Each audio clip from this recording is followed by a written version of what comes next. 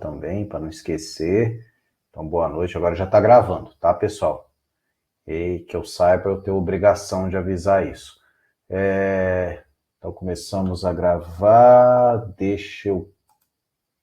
Tá faltando eu compartilhar a tela com vocês. Tá um pouquinho lento aqui hoje. Peraí, não sei o que houve aqui.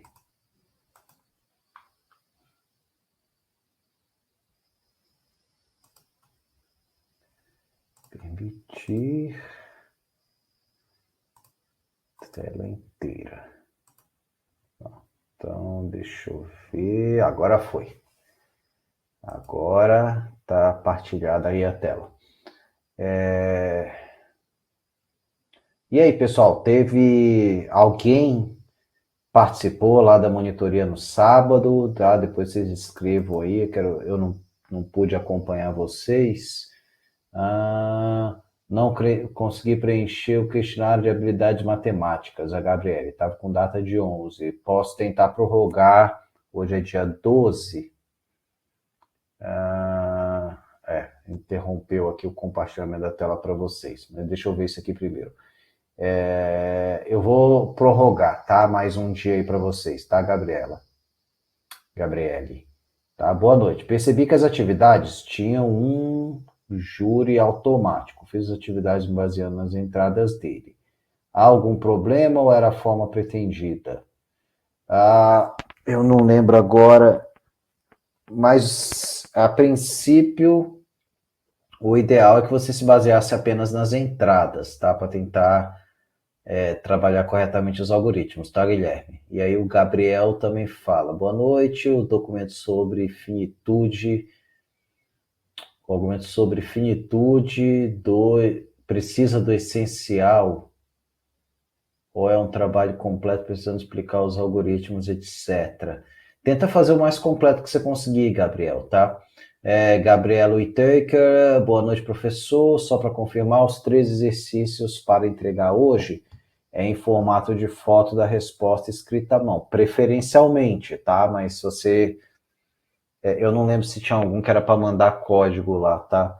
Mas o ideal é que vocês façam, tirando os que tem coisa automática lá para fazer, que claramente eu deixo lá que é para preencher um código ali, a ideia é que vocês façam algo, né, um arquivo em PDF lá, de fotos com imagens, etc, tá? Bom, deixa eu ver. Desculpa, só eu que fiz essa pergunta. Só para entender, porque lá tá falando em todos que é código. Daí, Sim, então, perdão, então eu acho que eu não fui claro, tá, Gabriela? Se for código, tá? Aí vale aquela. Aí eu falei que vocês podiam mandar nas linguagens de programação, né? C, preferencialmente, tá, Gabriela? Mas eu estou aceitando em Python se for o Python usando as propriedades abertas, igual aqueles exemplos que eu coloquei, tá? Então, código você pode fazer digitado, tá bom? É só se for pseudocódigo, alguma coisa assim, que eu deixe claro que é uma coisa mais à mão, tá, Gabriela? Aí tudo bem. Mas você já fez à mão, é isso? para fazer a mão, eu não tenho. Então, eu tenho copiado aqui no computador salvo. Então, é só pôr, copiar e colar agora. Então pronto. Então dá tempo ainda, né? Tá bom. Sim. Antônio, todos têm que mandar código. No meu entendimento, o código era a foto, certo? Se você já fez a foto e já enviou, Antônio, pode mandar, tá bom? Annelise, boa noite. Entrei só hoje no curso. Tem atividades que se encerram que devo fazer? Tem, Annelise. Pessoal, vamos fazer o seguinte: eu vou prorrogar mais 2 dias para todas essas atividades, tá? Para abarcar aqueles que entraram depois, tá? E aí, se aqueles que já estão prontos, tá semi-pronto, quiser refazer alguma coisa, aproveitam também para refazer, tá? Então, hoje é dia 12, mais 2 dias, dia 14, tá bom? Para dia 14 eu consigo botar essas aí da semana passada, tá? Que vencem hoje, tá bom? E mais lá a de habilidades matemáticas que o colega pediu, Então, dados os avisos, depois da aula eu faço esse ajuste de datas, porque se eu for fazer agora eu vou perder muito tempo, tá? Vamos projetar de novo, que caiu aqui, né? A projeção da tela.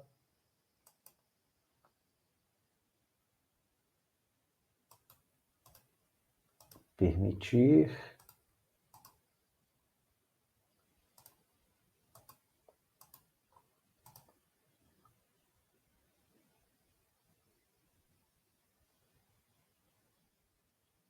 Tá, já acho que agora foi.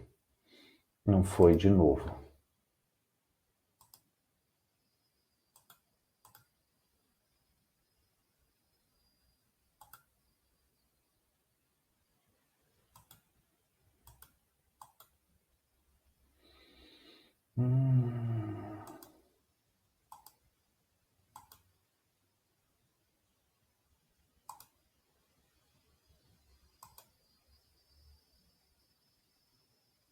Espera aí, pessoal, estou tendo algum problema aqui com o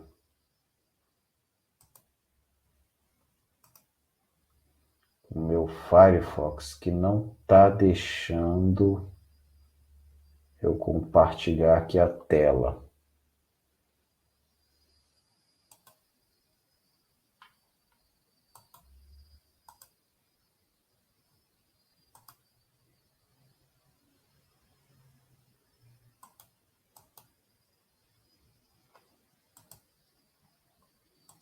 Ele fica me dando um aviso aqui de permissão do compartilhamento.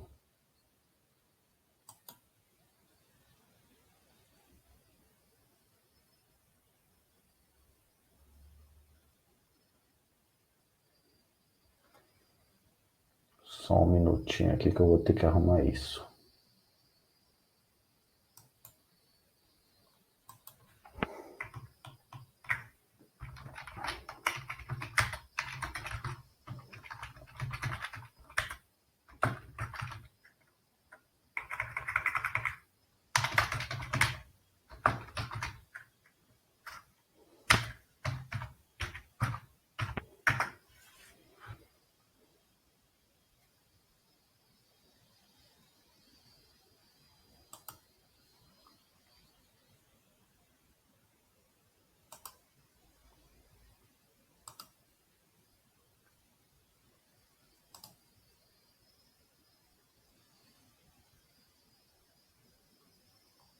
Acho que agora vai. Deixa eu ver.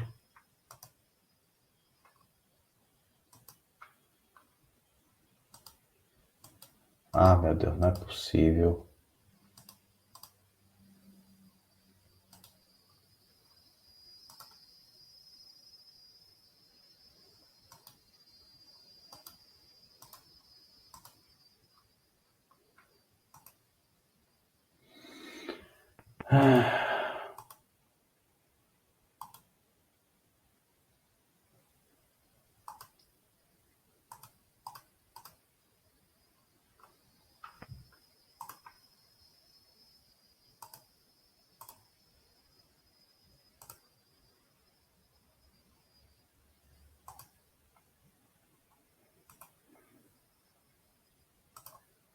Pessoal, fiquem aqui, acho que eu vou ter que sair e entrar de novo, porque alguma coisa aqui não está deixando eu compartilhar a tela para vocês hoje.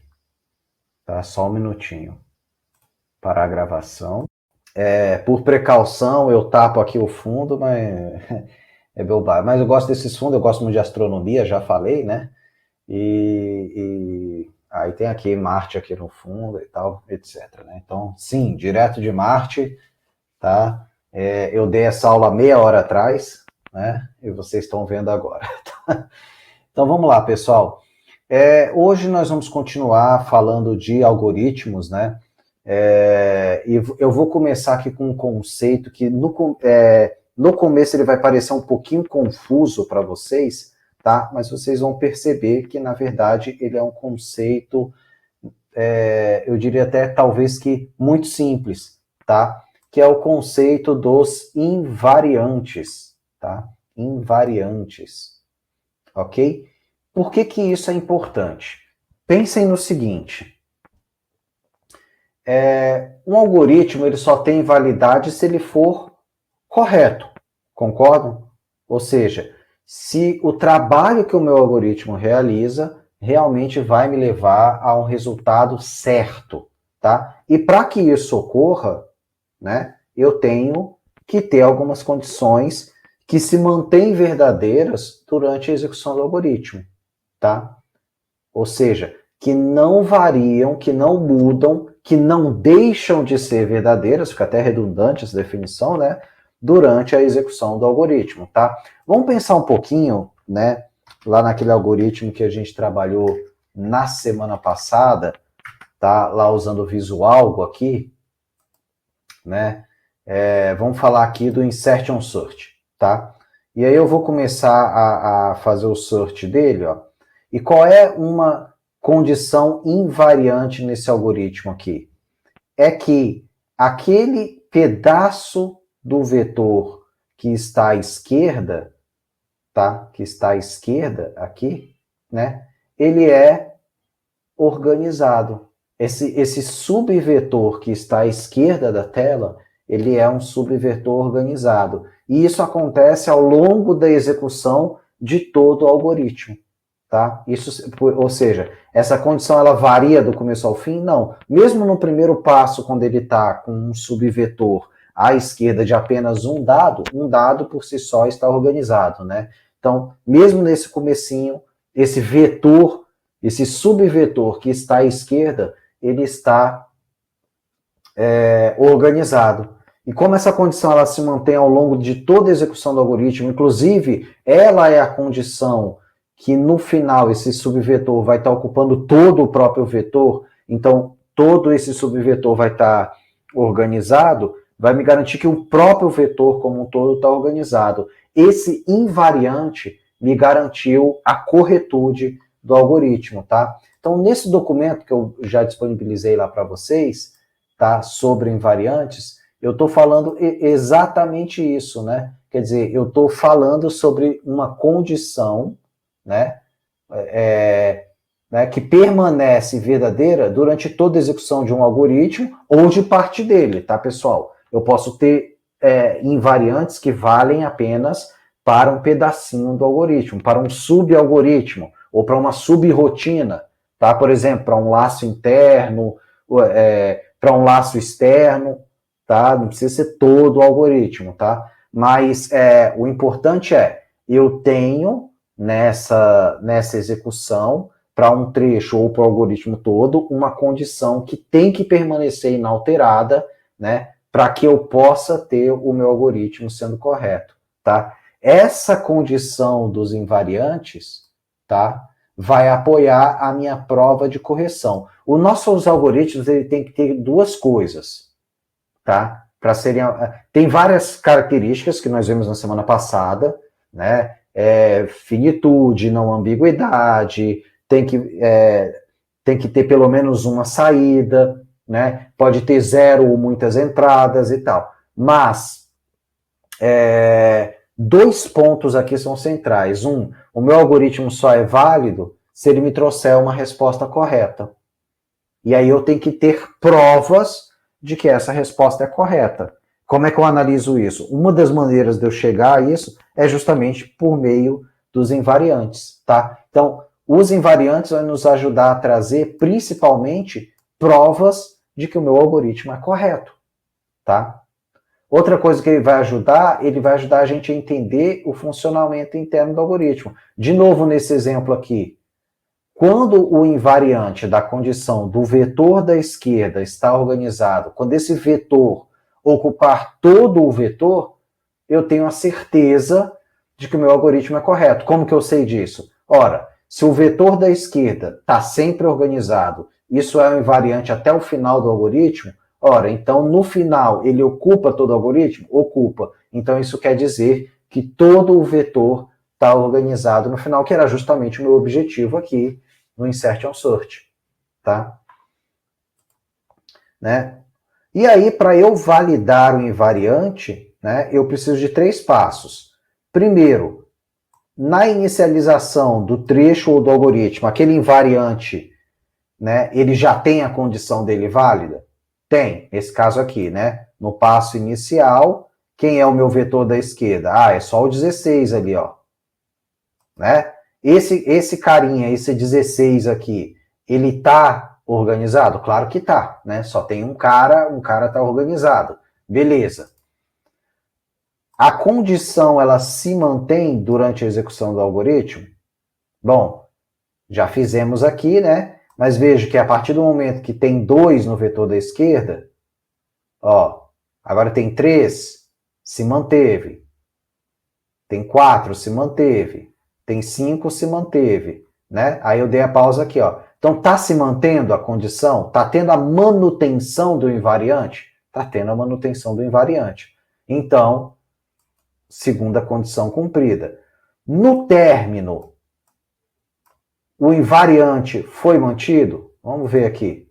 Bom, a gente sabe que foi, né? Então, eu vou acelerar aqui. Né? No término, o meu vetorzinho da esquerda é igual a todo o vetor. Então, no término, o invariante foi mantido, que é o vetor da esquerda? Sim, foi mantido, tá? Então, veja que quando eu tenho as 3 condições do invariante cumpridas, tá? Né? Eu consigo mostrar, implica na correção do resultado do algoritmo quando ele termina, tá? Uma outra coisa que é importante, um algoritmo pode ter vários invariantes, tá, pessoal? Eu não preciso ter só um invariante, tá? É claro que geralmente a gente foca em um que tem mais a ver com aquilo que a gente quer fazer no algoritmo, tá? Então, aqui no caso, o que a gente pegou? A gente pegou o invariante do vetor da esquerda, né? Deixamos ele ali, é para vocês, acho que o da esquerda é para cá, né? Então a gente pega aqui esse cara, né? Esse da esquerda que vem para cá, né? E aí a gente, né, foi pegando ele e ele era um invariante interessante porque ele ia ocupar todo o vetor no final. Eu queria um vetor organizado, beleza, né? Era um invariante, mas podia ser, tá? Tem algoritmos que eles têm mais de um invariante, tá? Por exemplo, algoritmos mais complexos, até aqui no curso, né? A gente viu apenas algoritmos simples, funções simples, né? Ali com uma rotina simples, tá? E aí eu não tenho isso. Mas os nossos programas, que são resultados de algoritmos muito mais complexos, vão ter vários desses laços e coisa e tal. E aí, para cada lacinho, eu posso ter um invariante diferente, tá? Ou seja, um algoritmo completo pode ter vários invariantes, tá? E aí você vai ver quais invariantes são importantes para tratar cada trecho desse algoritmo. E aí pode ser que para você mostrar a corretude do algoritmo, eu tenha que usar um invariante no primeiro trecho, um no segundo e assim sucessivamente, tá? Mas de todo jeito, os invariantes vão mostrar para você, né? Vão apoiar você mostrar a corretude do seu algoritmo, que é um fato central, uma análise central, porque você quer que os seus algoritmos estejam corretos, né? Você quer que os seus algoritmos mantenham a propriedade de te dar no final a resposta correta, tá? Essa é a ideia dos invariantes, tá? Pessoal, alguém não entendeu sobre invariantes? Para não ficar só eu aqui, eu trouxe aqui um videozinho hoje, tá? Deixa eu só botar aqui um play para ver se o som tá indo. Tá indo o som para vocês? Quando eu boto lá? Sim, né? Como se prova que algo é invariante, tá? Se ele não tiver as 3 propriedades que apoiam o algoritmo, tá?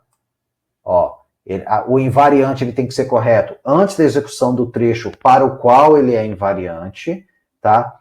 Ele tem que se manter durante as várias execuções, por isso que o melhor exemplo é no laço, tá? Porque como o laço tem várias iterações, você tem condição de provar que ele é invariante, né? Então ele se mantém durante as várias execuções, tá? E no término daquele trecho no qual ele é invariante, ele também se mantém, tá? Pessoal, invariante não é, por exemplo, uma variável, que por definição pode variar ao longo da execução do programa. A variante é uma condição que se mantém, ok? é uma condição. E veja que os nossos algoritmos, o funcionamento central de qualquer algoritmo que você faça, qualquer programa que você faça, é o quê? Eu tenho vários trechos de código, nas quais algumas condições são constantes, outras são variáveis. O que é variável? O valor da própria variável. Tá? Isso muda durante a execução do programa, não muda? Então, obviamente que variáveis não são invariantes. Tá? Invariantes é uma coisa que pode ou não envolver variáveis.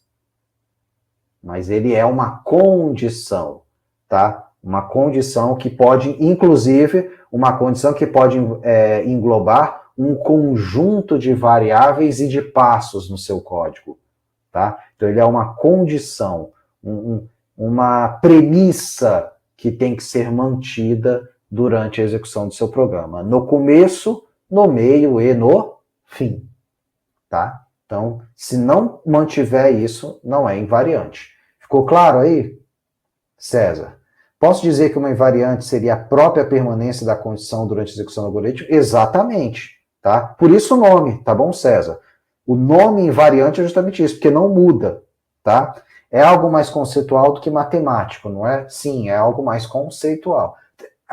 Na matemática, existem invariantes em problemas matemáticos, tá? Quando você vai fazer algumas provas matemáticas, se usa também esse conceito de invariantes, tá? Você tem métodos para resolver alguns problemas, tá? Então, você vai ter também essa ideia dos invariantes. Ele não é usado só em computação, tá? Ele é usado em outros exercícios, outros trabalhos matemáticos, tá? Mas na computação, a gente vê isso aqui mais frequentemente, tá? Eu vou ter aqui um videozinho de 3 minutos, tá? Como alguns de vocês podem não estar com o inglês em dia, o que é muito natural, tá?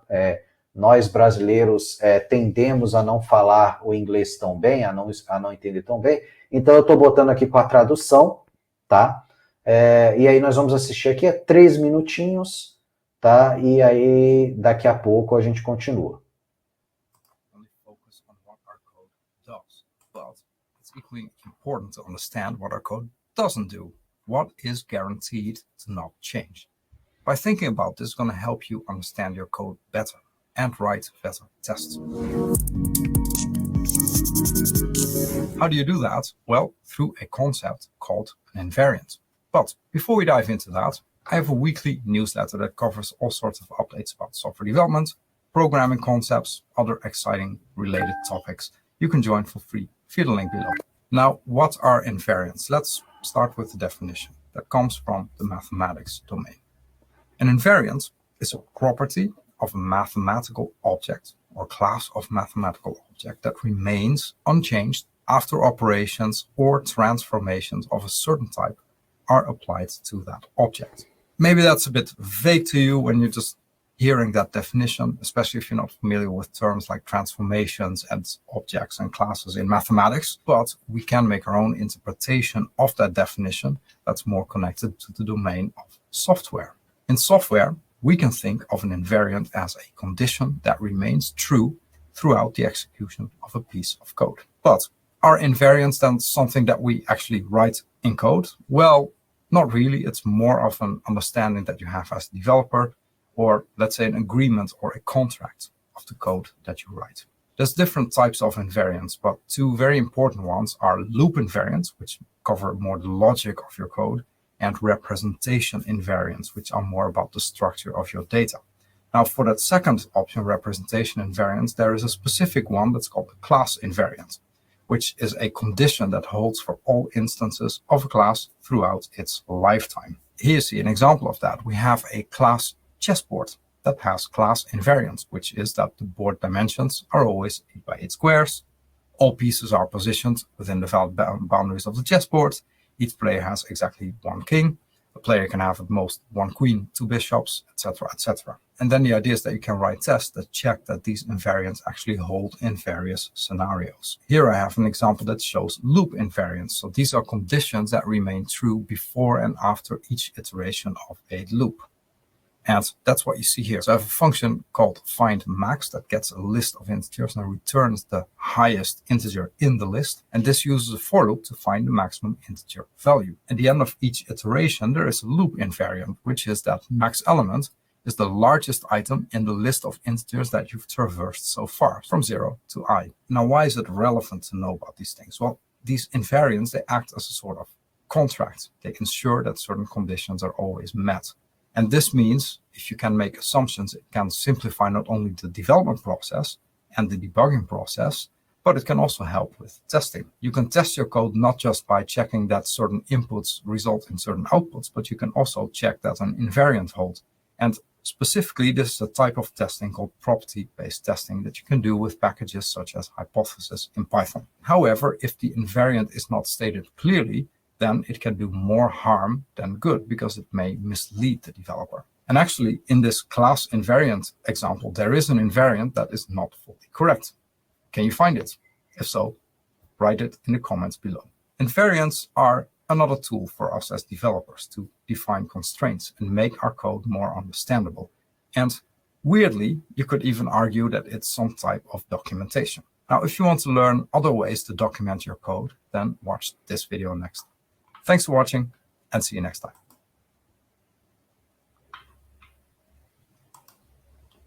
Bom, acho que foi legal o videozinho, né? Bem curtinho, não ocupa muito tempo, tá? Mas vamos pensar ali naquele problema que ele colocou daquela classe do jogo de xadrez, né? E aí ele colocou ali algumas condições, né? Primeiro, o tamanho do tabuleiro, 8x8, né, com casas pretas e brancas, né? Qual outro invariante que a gente poderia ter durante um jogo? Vamos pensar num programa que fosse um jogo de xadrez aqui. Qual seria uma outra invariante num jogo de xadrez? Alguém consegue pensar? Número de peças de start, tá? Mas mais do que o número de peças. Mas tem a ver com as peças, César. Vamos lá. Você vai ter o rei até o final do jogo, mas, por exemplo, o número de peças durante o jogo no tabuleiro, a regra do cheque, olha que legal, o Guilherme foi na regra. Movimentações. Por exemplo, o xadrez, o cavalo só anda em L, a rainha pode andar em qualquer direção, o rei pode ir em qualquer direção, mas só uma casa, e por aí vai. Né? O peão só pode andar para frente, e aí vai. Tá? Então, por exemplo, aqui nós citamos agora vários invariantes no jogo de xadrez. As regras de movimento das peças, né? O tamanho do tabuleiro, tá? E coisas desse tipo aí. A quantidade de peças na mesa não é invariante, porque, né, alguém pode comer a pedra do adversário, e aí diminui o número de peças na mesa. Tá? Vejam, uma expressão que ele usou para o invariante foi bem interessante, que foi contract, né? Contrato, né? Como se fosse um acordo, uma regra firmada que você não pode desobedecer, né?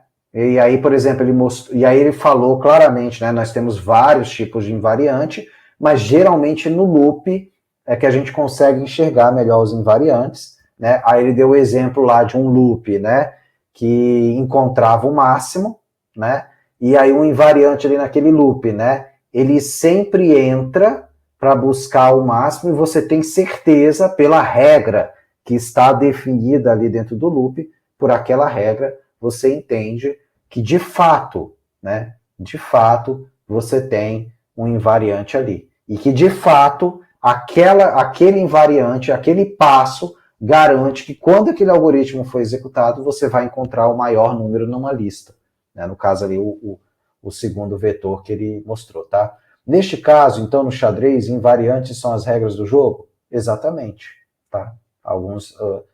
As regras do jogo, né, de como movimentar, o que pode, o que não pode ser feito, é o invariante, tá? As regras de movimento de cada peça e o tamanho do tabuleiro, né? Tinha lá, eu gostava de assistir aquele programa do Big Bang Theory, né? Aí eles inventaram lá no programa um xadrez 3D. Só que o tabuleiro, né, lembra? Tinha 3 andares de tabuleiro, quer dizer, aquilo ali é ficção. né? A gente não tem esse tipo de xadrez, tá? Aí alguém falou aqui, o César, é como se fosse um caso base e caso recursivo na recursão? Sim, a gente pode entender assim também, tá? Agora vejam, esse contrato se mantém, lembra, né? Igual o rapaz falou, né? Through all execution, quer dizer, durante toda a execução do programa que você atravessa, aquele invariante tem que ser mantido, tá? Agora tem xadrez 5Ds na Steam. Ah, aí é brincadeira. Aí eu não consigo nem pensar como é que é isso aí, né? Ah, tá. Né? Aí para o universo paralelo, aí pode ser que tenha. Né? Bom, então acho que todo mundo entendeu o que é invariante de uma maneira bem fácil, tá? Bem fácil. Eu, na minha época, apanhei para chuchu para entender isso aqui, mas eu sei que vocês não apanharam para entender. Eu sei que nessa turma todo mundo entendeu. Tá bom? Então, os invariantes, nós estamos conversados sobre ele, tá? Então, nós estamos conversados sobre ele. Bom, e uma das coisas que eu falei é que os invariantes vão nos ajudar a ver o quê? A corretude do algoritmo, perdão. Misturei algoritmo com algarismo, deu algoritmo, né? Mas não está errado, essa palavra não existe. Isso não é um invariante. Tá? Então, uma das coisas que eu falei claramente, né, é a questão da nossa corretude, tá? Eu tenho interesse de que o algoritmo que eu executo vá chegar em uma resposta correta. Eu tenho alguns critérios para garantir a corretude, tá? Eu tenho uma corretude que eu chamo de parcial, tá? Que eu digo que é um algoritmo que está parcialmente correto, tá? Ou total, que eu digo que é um algoritmo totalmente correto, tá? Quer dizer, se ele termina e o resultado está correto, ok? Então eu tenho essas duas condições. Então, por exemplo, no algoritmo do Bubble Search, aquele lá que a gente viu, né, das bolinhas, vai para cima, vai para baixo, etc., né? A corretude pode ser demonstrada provando que ao final de todas as iterações o array está ordenado, né? Ou parte do array está ordenado, tá? A gente já falou isso aqui, né? Então eu tenho aqui a corretude, quer dizer, em resumo, né? Corretude significa resposta correta, tá? E eu tenho uma outra questão que é a finitude. Tá? E aqui eu falei claramente, lá entre as várias características do algoritmo que nós falamos na semana passada, o meu algoritmo tem que ser finito. Se ele não for finito, ele não é algoritmo, ele é procedimento.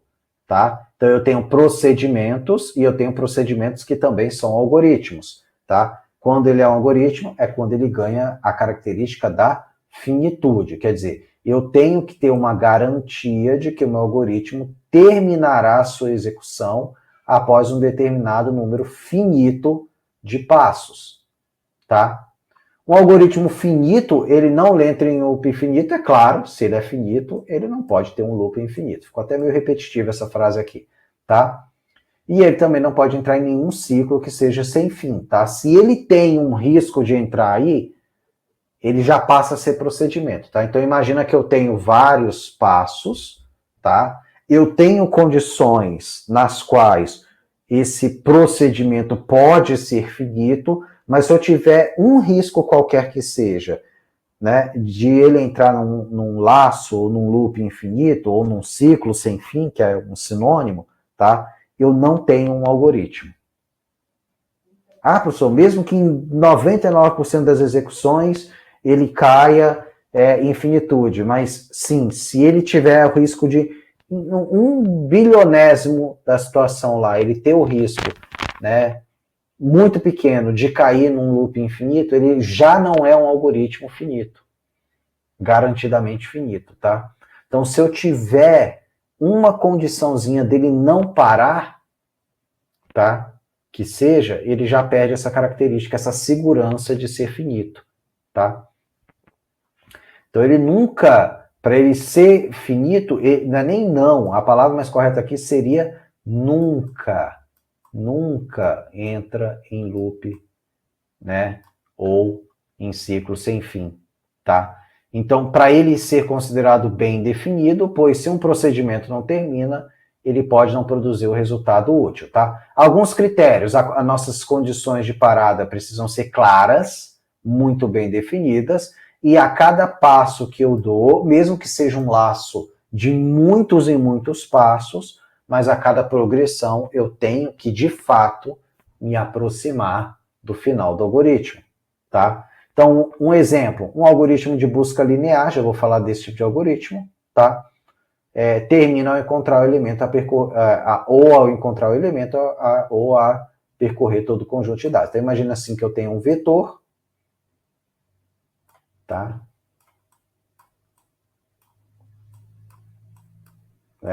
E aí eu tenho aqui, vamos chamar os elementos aqui, vou até colocar organizado.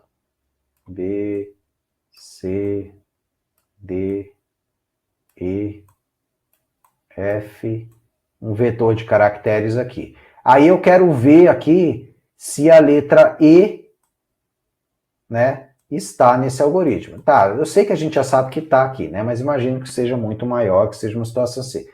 Como é que eu vou fazer um algoritmo para confirmar se essa letra está aqui? Como é que eu faria? Busca binária poderia ser, tá? A gente já vai falar dela. Seria um caminho possível, né? Ou outro, busca linear. Eu vou comparando aquela letra E com cada casinha do meu vetor, tá? Então você vai lá, né? Tá aqui. Então você vai, compara o E com a posição 0, né?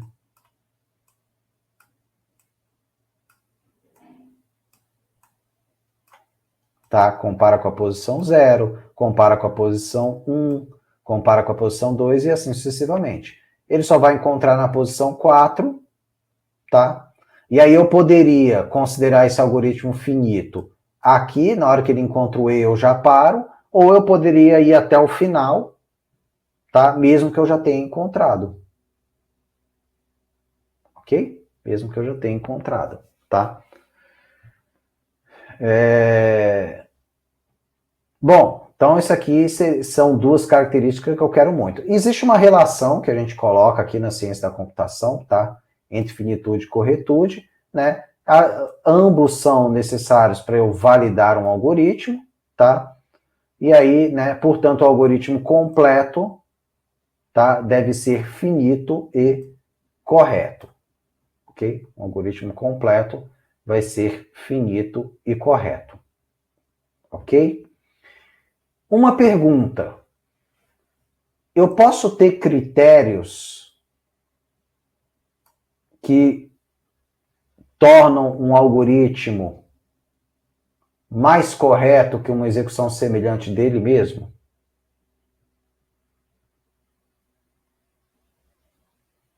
Tá? O que eu quero dizer com isso? Eu tenho uma resposta, né? E eu tenho um outro algoritmo concorrente. Será que eu posso, ambos tratando o mesmo problema, com o mesmo foco, tá? Por exemplo, buscar um determinado valor. E aí eu vou complicar um pouquinho. Buscar um determinado valor que esteja em ponto flutuante. Tá? E vamos complicar mais um pouquinho. Buscar o valor do número π. Quanto é que é o número π? É aquele que você divide, né, o diâmetro pelo raio, né, não é isso? Toda vez que a gente divide o diâmetro pelo raio, o que acontece? Eu vou ter lá aquela dízima, se for fazer, né, do jeito que realmente eu vou ter aquela dízima periódica infinita, tá? E aí fica aquela pergunta, será que eu tenho um algoritmo que vai fornecer uma resposta mais correta do que outro? Os dois algoritmos eu estou entendendo como finitos, tá? Existe como um algoritmo, nesse caso, ser mais correto do que outro? Sim ou não? Não sei, né, professor? Ninguém respondeu, tá? Mas tem, tá, pessoal? Pega, por exemplo, essa questão do número π. O número π, ele é finito? Não. Mas para determinados problemas, eu pegar ele com 10 casas, já são suficientes para eu chegar num valor seguro, né? Isso. Mas o número π, se eu tenho ele com 10 casas ou ele com 100 casas, qual é mais correto? Ou mais preciso nesse caso? Tudo bem, é uma expressão interessante que você usou, o de 100 casas, né? Quer dizer, quanto mais, nesse caso, um número que é uma dízima periódica infinita, aliás, que não é uma dízima periódica, é uma dízima infinita, né? Quer dizer, quanto mais casas, mais correto ele está, mais preciso. Veja que a precisão, essa expressão que você usou, Adriana, tá? Ela define uma melhoria na corretude intrinsecamente, tá? Quer dizer, quanto mais preciso, ou seja, tem algoritmos que eu vou resultar que a depender da precisão que eu necessito, tá? Ele pode ser correto, mesmo ele sendo menos preciso do que outro algoritmo concorrente. Ou seja, no fundo, pessoal, o que eu quero dizer é que há problemas onde a gente não quer a resposta correta, porque a resposta correta é impossível de ser atingida. Eu quero a melhor resposta que eu consigo atingir naquela situação, percebe? E aí o exemplo clássico disso que eu estou falando são esses aí, onde eu tenho números reais infinitos. Ora, se eu for tratar de números reais infinitos, eu não tenho como chegar na resposta 100% correta. Mas eu também não posso dizer que ele chega a ser um algoritmo incorreto. Naquela situação e com as premissas que eu coloco e que eu necessito, ele pode ser considerado um algoritmo correto, ainda que a resposta matemática perfeita, correta, seja de fato inatingível. Porque se eu for tentar atingir ela, eu, na verdade, deixo de ter um algoritmo, eu passo a ter um procedimento. Tá? E aí é que tá o tempo de resposta, tá, Cauã? Quer dizer, o que vai me definir essa necessidade ou não de chegar é o tempo de resposta que eu tenho disponível. Do ponto de vista prático, não faz o menor sentido eu chegar lá com um número π com 1000 casas. Tá? Para a maioria das aplicações, tá? Diárias, né? Tá? Você não precisa, né, do número de 1000 casas aí para, por exemplo, fazer a roda de um carro, tá? É interessante você saber o diâmetro, o raio ali direitinho e tal, né? Mas no final você não vai chegar em números perfeitos, já vai ser suficiente você chegar em algum dos números ali, ok? Então, mas quer dizer, mas para eu ter o algoritmo eu tenho que parar. E muitas vezes essa corretude dele é um critério que eu estabeleço, tá? Eu não preciso mais do que tantas casas decimal. E aí, dentro desse critério que eu estabeleço, a corretude passa a ser definida dentro de um critério específico, de precisão numérica, tá? Então é isso que a gente tem que ficar de olho aí, tá? Mas essas características num algoritmo, tá? Você não pode deixar de ter. Inclusive, naquelas que eu falei semana passada, a finitude estava lá, né? A finitude já estava lá, tá? Então, dito isto, né, vamos, né, falar aqui um pouquinho mais dos slides dessa questão de finitude e corretude, né? A finitude, portanto, né, eu ter a certeza que o meu algoritmo para, tá? Meu algoritmo vai parar, né? Ele vai parar. E corretude é ele fazer o que promete. Olha que interessante o termo que está aqui, promete, tá? Isso tem a ver com as premissas que eu estabeleço, tá? Eu vou ter algumas premissas, algumas condições. Opa, tá? Premissas, acho que a palavra mais correta é condições, tá? Vocês anotam aí no caderninho de vocês, condições que eu tenho aqui, tá? Obviamente que quando eu pego aqui um algoritmo como esses que a gente viu, de ordenação, de busca, que nós já começamos a falar aqui hoje, tá? A gente vai chegar numa resposta correta, de fato, indiscutível. pegar um vetor e organizar. Não tem, ou ele está organizado ou ele não está, né? Então, essa aí a gente atinge o correto sem discussão, tá? Agora, tem situações que não. E tem a questão da complexidade, que a gente já viu lá semana passada, né? Que é quantas instruções eu executo, né? No pior caso, principalmente, tá? Para resolver o problema tratado pelo algoritmo, tá? Então, aqui os problemas clássicos, né? Agora já falando de outro, né? Busca num vetor ordenado. Quer dizer, eu vou pegar um determinado valor, tá? Aí esse vetor está ordenado, crescente, né? O nosso colega lá já falou da busca binária, tá? Ele está ordenado, e aí eu tenho que fazer a busca num vetor aqui. O primeiro algoritmo que eu tenho aqui é a busca sequencial, tá? Busca sequencial. Basicamente, o que eu faço na busca sequencial? Eu fico pegando o valor de entrada, tá? E fico comparando ele com os valores, né? Os valores que eu tenho ali no meu vetor e vou incrementando uma variável de controle. Basicamente isso, né? Então eu tenho aqui, eu recebo a minha variável de controle, o valor que eu quero encontrar, perdão, né? O valor procurado, tá? E aí, né? Eu fico, né? Procurando esse valor aí, tá? Comparando com as posições do vetor, né?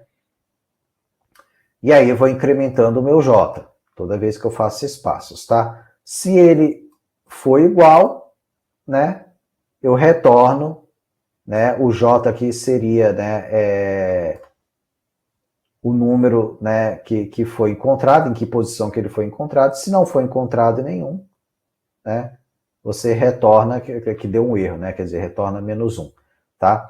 Então é isso aqui. Ele vai devolver em J, né, caso não existe, devolve -1, tá? É isso que esse algoritmo aqui está fazendo, tá? Então ele tem condição de parada, esse cara aqui?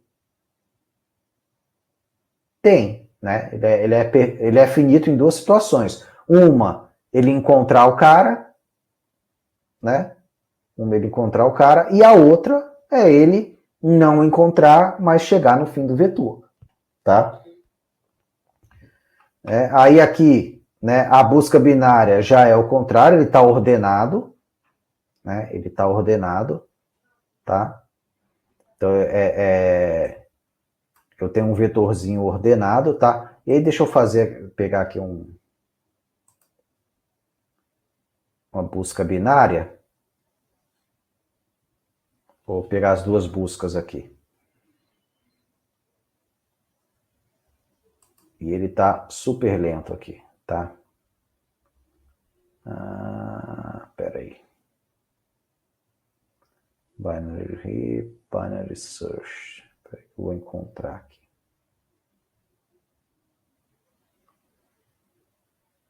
Ele tinha aqui um... mas aqui tá na árvore, peraí. Esse aqui, eles tiraram aqui a busca binária, tá tendo a busca binária na árvore. Deixa eu ver o que tem aqui.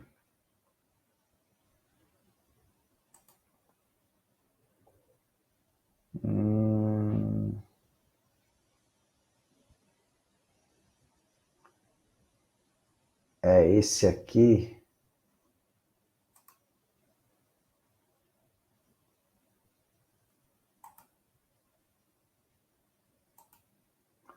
Deixa eu ver se ele... Esse aqui tá de inserção e tudo. Aqui eu não tô tendo a busca binária, eles tinham aqui antes.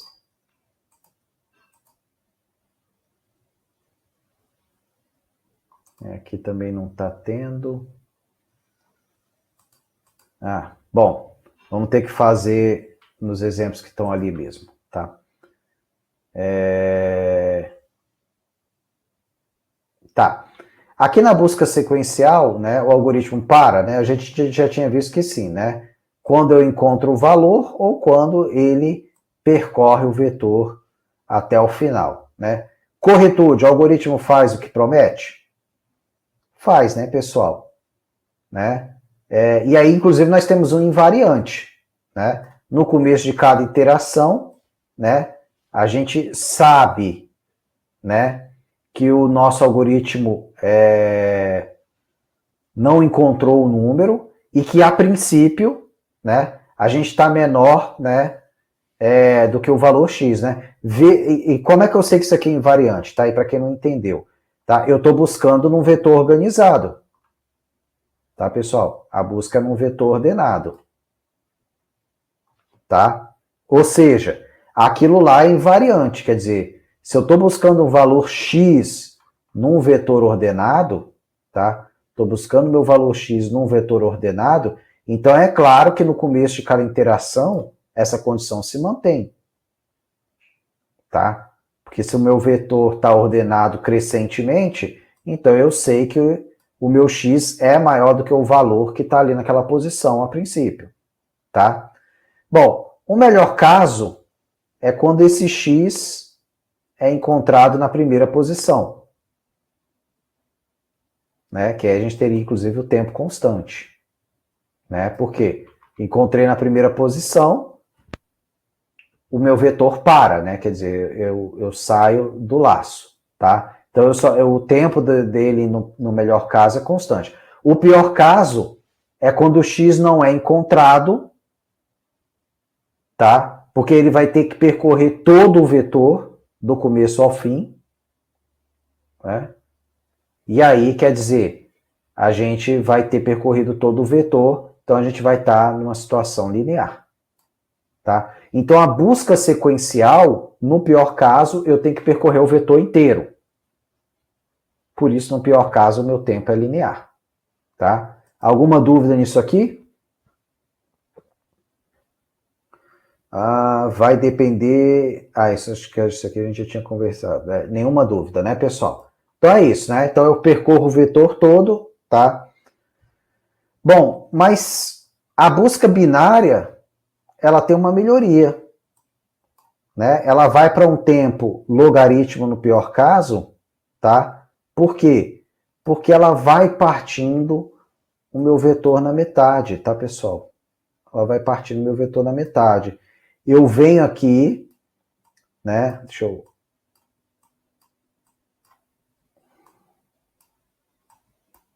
Então, como é que a busca binária vai? Ela pega o meu vetor, parte ele aqui na metade, tá? E aí ela pensa o seguinte, o meu x é maior ou menor do que esse número que está na metade? Vamos dizer que ela pegou esse aqui, tá? Esse cara aqui, tá? Se for maior que esse cara, eu procuro na segunda metade. Se for menor ou igual, eu procuro nessa metade aqui. Bom, se for igual é porque achou, né? Mas se for menor, eu procuro nesse cara aqui. Aí ele vem na metade e procura. Resultado, eu estou sempre pegando meu problema e dividindo por 2, tá? Né? Eu estou sempre pegando o meu vetor e dividindo por 2 e diminuindo. Então é claro que o meu tempo desse cara vai ser logaritmo. Eu não vou ter que fazer, né, todas as comparações no pior caso. Tá? No pior caso, eu vou ter essa resposta em poucas comparações, em log n comparações. Tá? É isso que a busca binária faz. Bom, é claro que no melhor caso é encontrar exatamente no meio, né? Que é isso aqui. E aí vai ser constante no melhor caso também. Quer dizer, eu divido meu vetor na metade, vou lá na metade e pego exatamente no meio, cara. Então, no melhor caso é esse aqui, na busca binária, tá? Mas no pior caso é isso aqui, né? Logaritmo na base 2 de n, tá? Então, aí você pega esses caras aqui, né? Tá? Que é o pior caso, que é o x não estar no vetor, mas eu provo que ele não está no vetor de uma maneira muito mais rápida. Né? Então, ela nunca faz mais do que log n interações, tá? E aqui está o exemplo, ó. Na primeira, né? Quer dizer, eu tenho ali né, um número de comparações, tá? Que eu vou fazer, então no máximo 2, tá? Em cada momento é 2, né? e aí eu vou aqui, ó, na quarta comparação, né, ele já vai ter que comparar menos caras, porque o meu vetor vai estar dividido na oitava, ó. Ok? Então, no máximo, log n, né, log n iterações, e no máximo aqui, log n, isso eu estou falando da complexidade, né, log n comparações, tá? É claro que tem ali a quebrazinha, né, porque tem o mais 2 da comparação inicial, tá? Mas veja que é realmente bem levinho esse cara aí, tá? Bem levinho. Então, por quê? Porque você tá dividindo ali o seu K, né, que é seu número de comparações, né, vai estar bem reduzido aqui, tá? Então, realmente, quer dizer, a gente não tem ali muito trabalho na busca binária. É claro que isso aqui depende da pré-condição de estar organizado, tá? Tá organizado aqui. Então, nos sistemas atuais, o que o cara faz? Ele bota um algoritmo de ordenação primeiro, naquilo que você quer organizar, por exemplo, um Quick Search ou um Merge Search acima, que tem um tempo logarítmico, né? Nós vimos isso na aula passada, e depois se eu preciso buscar um elemento no meu banco de dados, o que eu faço? Eu aplico a minha busca binária, porque eu já tenho, né, um mecanismo de fazer poucas comparações para localizar. Então, isso aqui, somado ao algoritmo de ordenação, olha a importância do algoritmo de ordenação. Se eu faço um bom algoritmo de ordenação de tempo logaritmo, que nós vimos, que era exatamente os dois ali do final, o merge e o quick search, eu depois faço uma busca binária e eu tenho um algoritmo extremamente eficiente para busca e organização, né? Guarda dos meus dados e busca binária, quer dizer, eu vou ter situações bem simples, ó. E aí aqui comparando, ó, se eu tenho um vetor de 1000 posições, por exemplo, pensa em 1000 nomes de pessoas aqui, tá? Eu faço aqui, quer dizer, eu tenho 10 a 3, tá? Na sequencial, eu posso, no pior caso, fazer 1000 comparações, e no pior caso da busca binária, 22 comparações, tá? Bem pouquinho, tá? E aqui de tempo também, né? Aí aqui, ó, 10 a sexta, aqui eu tô fazendo 1 milhão, aqui eu tô fazendo apenas 44, tá? 10 a 9, pessoal, 1 bilhão aqui já, tá? Faltou até um pontinho aqui, ó, tá? 1 bilhão aqui, tá? Vou estar fazendo apenas 62 comparações. Olha como a busca binária é eficiente, né? De novo, o algoritmo determinando a qualidade do seu código, o funcionamento do seu código, tá? Uma boa organização de dados define um bom funcionamento do seu banco de dados, tá? É isso aqui que a gente usa no dia a dia, tá, pessoal? Nos sistemas de banco de dados. Ele vai buscar lá o seu nome num banco, ele vai fazer uma busca binária, o seu banco estando organizadinho, tá? Ele vai fazer esse tipo de busca aqui, né? Não é show de bola isso aqui? Olha só, pessoal, que coisa legal, né? Quer dizer, 62 comparações em 10 a 9 dados, tá? 1 bilhão. É por isso que os sistemas aí que a gente tem nos governos, nas universidades e tal, eles funcionam bem, ó, porque no fundo eles estão implementando esse tipo de coisa aqui, tá? Deixa eu ir aqui para a nossa área de aula, tá? Então hoje, tá? Hoje nós vimos aqui a aula 6, tá? Essa aula 6 aqui, tá? Amanhã nós vamos fazer aqui aula 7 e 8, eu vou dar mais alguns exemplos amanhã, tá bom? Além desse então aqui, eu vou acrescentar o material aqui de hoje para amanhã para vocês, tá? Mas, basicamente, tá? A gente, né, viu aqui os principais elementos aqui já da semana 2, tá? Veja que o resto da semana, ó, tá? A gente vai ficar tudo focado já em estruturas, tá? Tirando a aula de amanhã, né? Aliás, amanhã eu já devo começar aqui essa parte 1 dos arrays, tá? Mas aqui a gente já vai começar com as listas, lista duplamente encadeada, tá?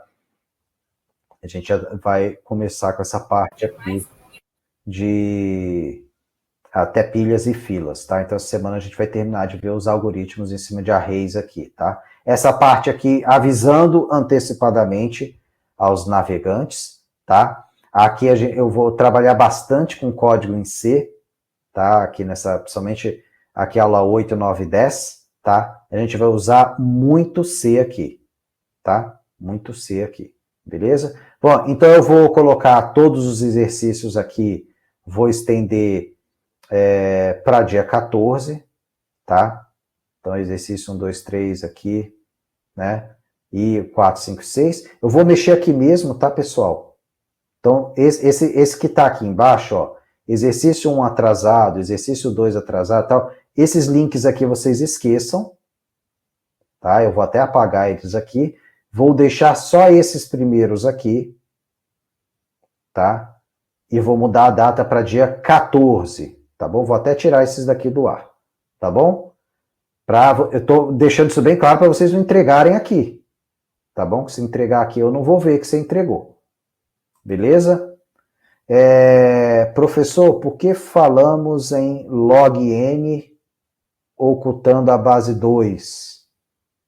Tá? É que geralmente a gente usa, tá? Log,